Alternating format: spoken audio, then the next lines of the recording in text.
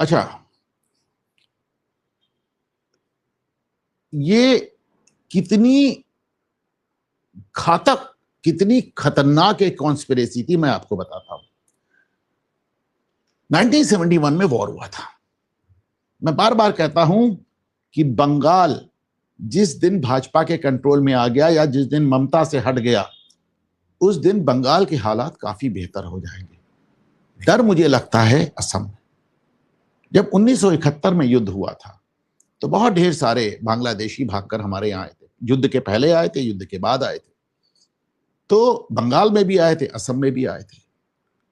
तो साहब, हमारे यहाँ एक एक्ट है, ऐसे जो भाग के लोग आते हैं उनके लिए एक कानून है हमारे यहाँ, और वो कानून है 1950 का, और उसको कहते हैं फॉरेनर्स एक्ट 1946। फॉरेनर्स एक्ट 1946 क्या कहता है? फॉरेनर्स एक्ट 1946 कहता है कि अगर सरकार आपको पकड़ती है और आपसे कहती है आप विदेशी हैं, तो आपको साबित करना पड़ेगा कि आप भारतीय। जैसे कानून में कहते हैं ना कि अगर सरकार किसी पे आरोप लगाती है कि तुमने चोरी की है, तो उसको नहीं साबित करना है कि मैंने चोरी नहीं की है, पुलिस को साबित करना है कि उसने चोरी की है। फॉरेनर्स एक्ट उल्टा है। इसमें आपको साबित करना था कि आप हिंदुस्तानी हैं और भारतीय नहीं। 1971 से इतने मुस्लिम्स आ गए बंगाल में, असम में, और असम में बहुत ज्यादा आ गए, तो इंदिरा गांधी को समझ में आया कि असम मेरे हाथ से निकल ना जाए, तो उन्होंने 1983 में यानी 1983 में एक एक्ट इंट्रोड्यूस किया जिसका नाम था IMDT।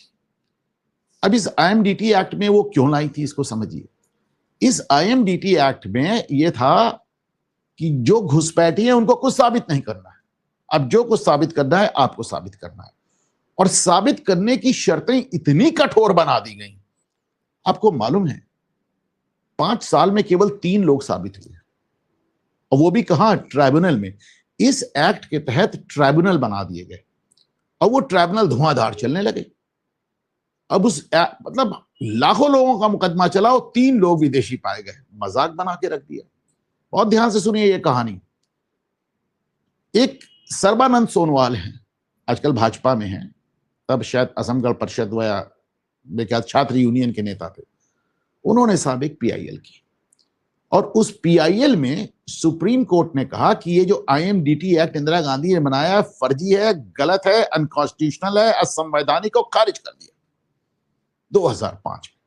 और क्या कहा सुप्रीम कोर्ट ने?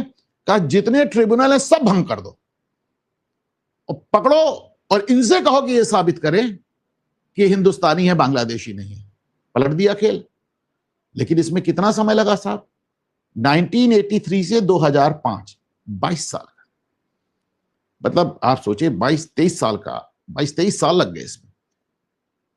पर तब तक 2004 में अटल बिहारी हार चुके थे, सरकार आ गई थी सोनिया गांधी की। मैं मनमोहन सिंह की सरकार कभी नहीं कहता, मनमोहन सिंह तो कठपुतली था। सोनिया गांधी की सरकार आ गई थी। सोनिया गांधी ने कहा, अरे मेरी सास ने इतना अच्छा एक्ट बनाया, हमारे मुस्लिम वोटर बढ़ रहे थे, और ये सुप्रीम कोर्ट कौन होता है, इसने पूरा एक्ट ही खारिज कर दिया। तो एक ऑर्डिनेंस ले आई, एक अध्यादेश ले आई जिसका नाम था फॉरेन ट्रिब्यूनल्स अमेंडमेंट ऑर्डर 2006।